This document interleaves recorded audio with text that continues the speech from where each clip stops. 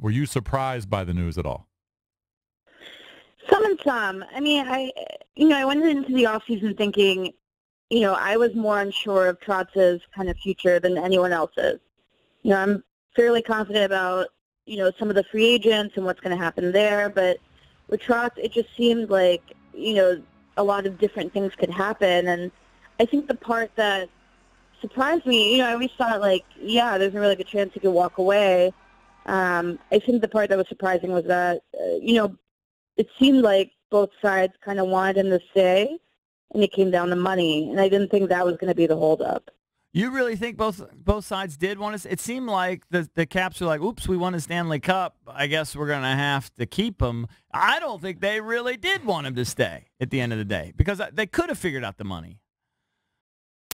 I don't know that. I mean, certainly I don't think they would have been so kind of married to or whatever if they didn't have, a guy they really like Todd Reirden just right there. Right. I think that certainly plays a part in it, yeah. It's a huge part of it. I mean, the fact of the matter is they're sort of the philosophy, and it's hard to argue that there are other coaches that can lead this team and they can win with, and they can do it for cheaper, and they've got one in-house that everybody loves. So, I mean, I do get it from their side. Yeah, I mean, I think just the optics of, Brian McClellan saying yesterday, some teams are willing to pay their coaches this money, the big revenue teams, we're not. I mean, that to me is like kind of a hard sell when you've been saying you have a sellout streak of, 400 games or whatever, and you just broke records in merchandise. Right. I don't really understand a whole lot about, what's a big revenue team. Maybe it's local TV rights or whatever, but still, I mean, I don't know. It's just saying, there are teams who can pay their coaches this much money, and we're not. I'd rather them just come out and say, hey, we like who we have in Todd, and he's cheaper. Yeah. Well, we've been taking a lot of calls this morning from fans, and I don't think we've talked to one fan who thinks that way. I mean, most fans are upset, and they think that Barry should be rewarded. We had a relationship with Barry because we interviewed him every week, and we like Barry a lot. And we're trying to tell the fans, look, it's a business. This is not your money. This is Ted's money, and they can get a guy who they feel like can be as good a coach, if not better, for cheaper. That's just the way professional sports is.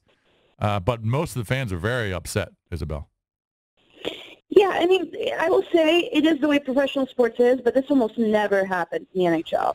This time in the past 40 years that, the guy who won the Stanley Cup doesn't come back. And two of those situations were, Scotty Bowman retires. One time Scotty Bowman becomes a general manager the next year. And one situation was, I think the guy died, before the next season. Right. So, it's really, really unusual that this would happen, which I think part of why it's so stunning. But yeah, I mean, this is also the same fan base that was blowing up my Twitter mentions, every day during the regular season. They want Trotz fired. So, I think they'll get used to it as the regular season goes and kind of form their opinions about whoever the next head coach is pretty quickly.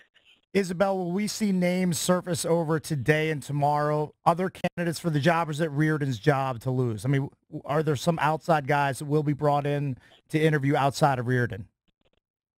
The way Brian McClellan put it was that they're going to start with Reirden. He's going to do an interview, and if it goes well, they're going to pursue him. And if it doesn't, then they're going to open it up a little bit more, the search.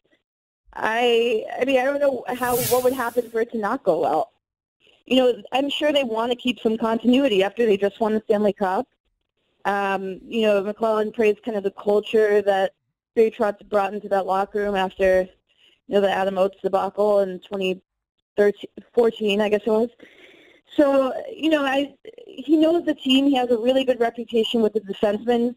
You've got two really important defensemen that are going to be pending unrestricted free agents, and I think time is of the essence if you do need to start negotiating with guys and, also pursue some free agents in July 1. I mean, those are questions, players are going to have. Who am I going to be playing for next year? So, you mentioned, I'm curious, I want to get your thoughts on the other free agents. You say you think you have a feel for how that's going to go. We've been trying to tell our listeners, listen, change happens, even with championship teams. This is just the first domino. It's usually not the head coach, but it's just the first domino. There's going to be change in personnel We all know the names, the guys that are available out there. How do you see it playing out? Can you kind of go one by one? Yeah, I mean, I think the priorities are first and foremost, of the unrestricted free agents at least, first and foremost, it's John Carlson. And I do think they're going to find a way to get that done. I mean, it's going to cost a lot, and he's probably going to be the second highest paid player on the team by the end of it. But I do think they will re-sign him just because of kind of what he means to the dynamic of the lineup. Right. And then Michael Kempney, who was his defense partner, I think he's going to be back too, and he'll be significantly cheaper than Carlson, but it's still they're kind of limited in cap space. I expect Philip Grubauer to be traded. Brian McCullough basically said, the backup goalie wants an opportunity to start somewhere else, and they're going to try to help him out. And that'll free up some money for them, too.